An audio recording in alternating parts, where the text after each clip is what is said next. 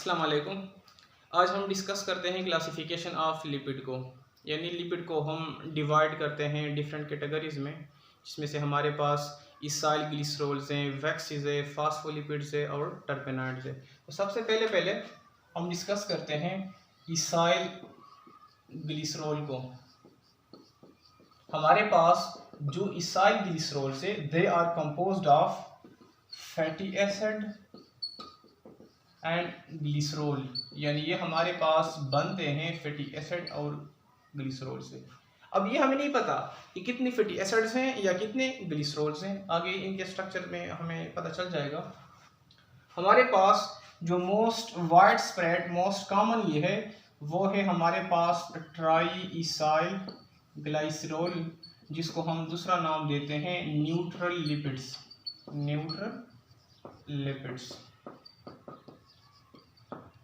Chemically हम अगर इसकी डिफिनेशन करते हैं इसाइल ग्लिसरॉल की, तो हम कहते हैं कि they are the ester of fatty acids and alcohol. Ester of fatty acid and alcohol, यानी एस्टर क्या है? एक ऐसा कंपाउंड है कि हम इसमें हमारे पास एसिड और अल्कोहल रिएक्ट कर लेते हैं और वहाँ पे क्या होता है, वाटर रिलीज होते हैं। अब हम ट्राई इसाइल ग्लिसरॉल की स्ट्रक्चर की तरफ जाते हैं।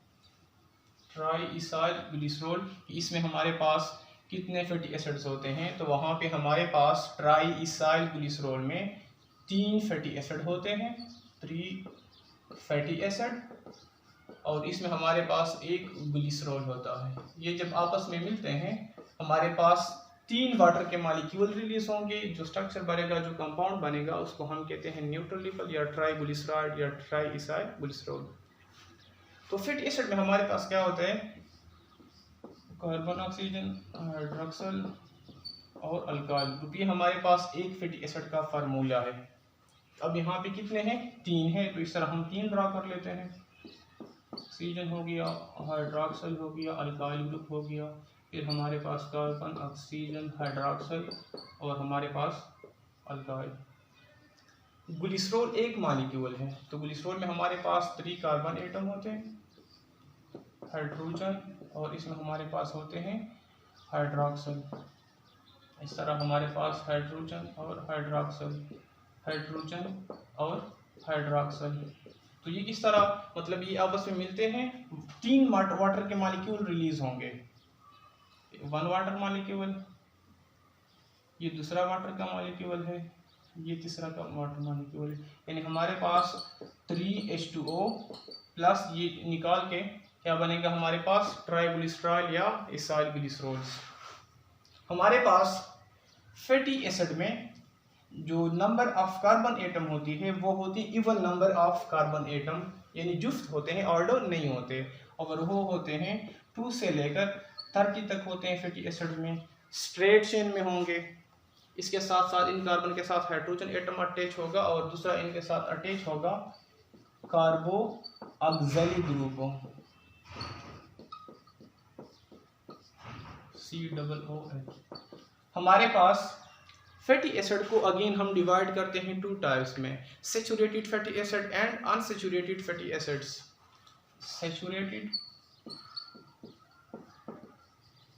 फैटी एसिड है हमारे पास, दूसरा हमारे पास है अनसैचुरेटेड फैटी एसिड। तो सैचुरेटेड फैटी एसिड में हमारे पास कोई भी डबल बॉन्ड नहीं होता, सारे हम इसमें होते हैं सिंगल बॉन्ड होते हैं, नो डबल बॉन्ड। जबकि हमारे पास अनसैचुरेटेड में 6 तक यहाँ पे डबल बॉन्ड पॉसिबल है, 6 डबल बॉन्ड हो सकते हैं, 6 डबल बॉन्ड। तो ये इसका क्या हो गया कि सैचुरेटेड और अनसैचुरेटेड में डिफरेंस हो गया। ज़्यादातर एनिमल में जो फैटी एसिड्स होते हैं वो होते हैं स्ट्रेट चेन में, लीनियर चेन में, लेकिन प्लांट्स में ब्रांच में भी हो सकते हैं, रिंग स्ट्रक्चर में भी हो सकते हैं। हमारे पास जो ट्राई इसाइल ग्लिसरॉल्स है या इसाइल ग्लिसरॉल्स है, ये हमारे पास पानी में तो ये इनसॉल्युबल है, ये हमारे पास ऑर्गेनिक सॉल्वेंट में सॉल्युबल है, और उसकी सॉल्युबिलिटी या इसकी मेल्टिंग पॉइंट इंक्रीज होता है जितना कि कार्बन का नंबर इंक्रीज होगा तो मेल्टिंग पॉइंट भी इंक्रीज होगा। कि जिस तरह हमारे पास पाल्मेटिक एसिड में है हमारे पास 16 कार्बन है, तो इसका हमारे पास है 63.1 डिग्री सेंटीग्रेड, इसका हमारे पास मेल्टिंग पॉइंट है। ब्यूटारिक एसिड में हमारे पास 4 कार्बन है, तो इसका हमारे पास है -8 डिग्री सेंटीग्रेड। यानी कार्बन का नंबर इंक्रीज होगा तो मेल्टिंग पॉइंट में क्या होगा, इंक्रीज होगा। कार्बन का नंबर इंक्रीज होगा, सॉल्युबिलिटी भी क्या होगी, इंक्रीज होगी। ज्यादातर हमारे पास जो अनसेचुरेटेड है वो रूम टेम्परेचर पे लिक्विड होते हैं, जिस तरह के हमारे पास ऑयल्स हैं, या और जो हमारे पास सेचुरेटेड होते हैं वो सॉलिड होते हैं रूम टेम्परेचर पे। तो ये हो गया हमारे पास इसाइल ग्लिसरॉल, जिसमें हमारे डिस्कस किया ट्राई इसाइल ग्लिसरॉल को। अगला हमारे पास अगली कैटेगरी है लिपिड में से वैक्सिस की। वैक्सिस क्या होते हैं, ये हमारे पास प्रोटेक्शन का काम करते हैं। Protection later on function of lipid में हम डिस्कस करते हैं, और ऑल लिपिड के फंक्शन को प्रोटेक्शन किस चीज़ से, वाटर लॉस से, जिस तरह हमने प्रीवियस लेक्चर में डिस्कस किया था कि लीफ के सरफेस के ऊपर या यंग स्टेम के सरफेस के ऊपर वैक्स की लेयर होती है। किस चीज़ से बने होते हैं, ये मिक्सचर होता है हमारे पास फैटी एसिड इसमें मौजूद होते हैं, इसमें हमारे पास ग्लिसरॉल भी मौजूद होता है, और इसमें हमारे पास एस्टर भी मौजूद होते हैं। वैक्सिस क्या काम करते हैं, ये ज़्यादातर मौजूद होते हैं फ्रूट्स के ऊपर मौजूद होते हैं और वेजिटेबल के ऊपर मौजूद होते हैं। अगली जो कैटेगरी है हमारे पास लिपिड्स की वो है फास्फोलिपिड्स।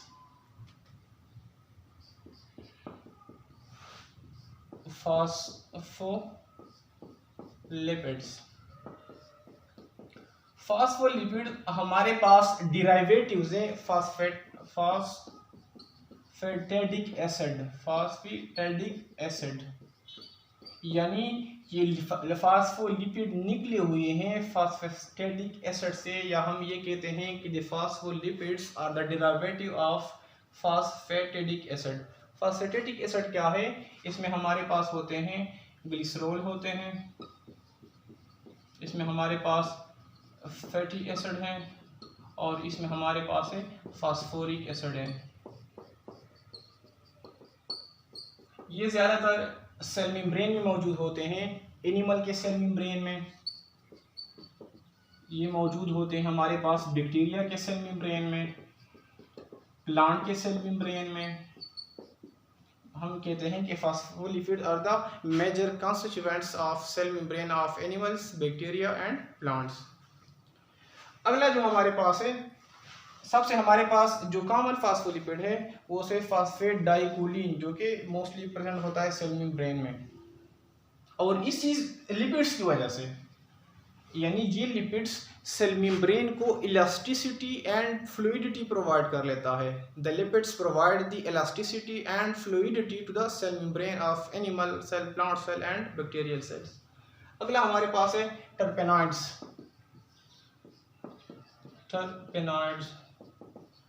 टर्पेनॉइड में हमारे पास क्या होते हैं, रिपीटेड यूनिट होते हैं आइसोप्रेनॉइड्स के। इसमें हमारे पास क्या आते हैं, इसमें जितने भी हमारे पास स्टेरॉइड्स आते हैं, इसमें हमारे पास रबर आते हैं, इसमें हमारे पास टर्पेंटीन्स आते हैं, टर्पेंटेन्स। अब हम आते हैं ओवरऑल फंक्शन की लिपिड की हमारे पास क्या फंक्शन है, what are the major function of lipids. Function of lipid, function of lipid. तो लिपिड का जो सबसे मेजर फंक्शन है नंबर 1, ये क्या कर लेते हैं, स्टोर एनर्जी। स्टोर एनर्जी यानी they are the source of energy, they store the energy, energy को स्टोर कर लेते हैं। सेकंड नंबर पे ये क्या कर लेते हैं, प्रोटेक्शन प्रोवाइड कर लेते हैं। प्रोटेक्शन किस तरह प्रोवाइड कर लेते हैं कि ये हमारे पास फ्रूट्स के ऊपर, वेजिटेबल्स के ऊपर लगाते हैं। किस चीज़ को लॉस करते हैं, डिहाइड्रेशन को लॉस कर, डिहाइड्रेशन को मतलब कि कम से कम डिहाइड्रेशन हो, पानी का लॉस कम से कम हो। लीफ के सरफेस के ऊपर ज़्यादातर ये मौजूद होते हैं ज़ीरोफाइट्स के ऊपर। ज़ीरोफाइट्स वो पौधे होते हैं जो कि सहरा में मौजूद होते हैं, क्योंकि सहरा में बारिशें कम होती हैं, लिहाजा वहाँ पे वैक्स लेयर क्या होते हैं, उनको प्रोटेक्ट करते हैं किस चीज़ से, हाई टेम्परेचर से। टेम्परेचर ज़्यादा होगा फिर तो ट्रांसपायरेशन ज़्यादा होगी, लिहाजा टेम्परेचर ज़्यादा होता है लेकिन ट्रांसपायरेशन कम होती है। क्यों? क्योंकि जो लिपिड्स की लेयर होती है they are hydrophobic in nature. Major constituent of cell membrane, as we are already discussed, the cell membrane are made up of protein, lipid and carbohydrates, and lipids provide the elasticity and fluidity to the cell membrane। इसके साथ साथ ये क्या कर लेते हैं, ये animals में भी मौजूद होते हैं, डिहाइड्रेशन को यानी पानी के लॉस को बचाते हैं, जिस तरह की शीप्स में मौजूद होते हैं। कुछ इंसेक्ट्स भी क्या कर लेते हैं, लिपिड सिक्रीट कर लेते हैं अपने आप, उसके ऊपर एक्सोस्केलेटन के ऊपर मौजूद होते हैं, अपने आप को डेसिकेशन बचाने के लिए। डेसिकेशन बोलते हैं अपने आप को, यानी अगर पानी की कमी आ जाए, ज़्यादा पानी क्या हो जाए, लास्ट हो जाए, तो इसको हम कहते हैं desiccation. That's all about the lipids. Next lecture में इंशाल्लाह हम डिस्कस करेंगे प्रोटीन्स को, उसके स्ट्रक्चर को, उसके क्लासिफिकेशन को, उसके फंक्शंस को। That's all about the lecture.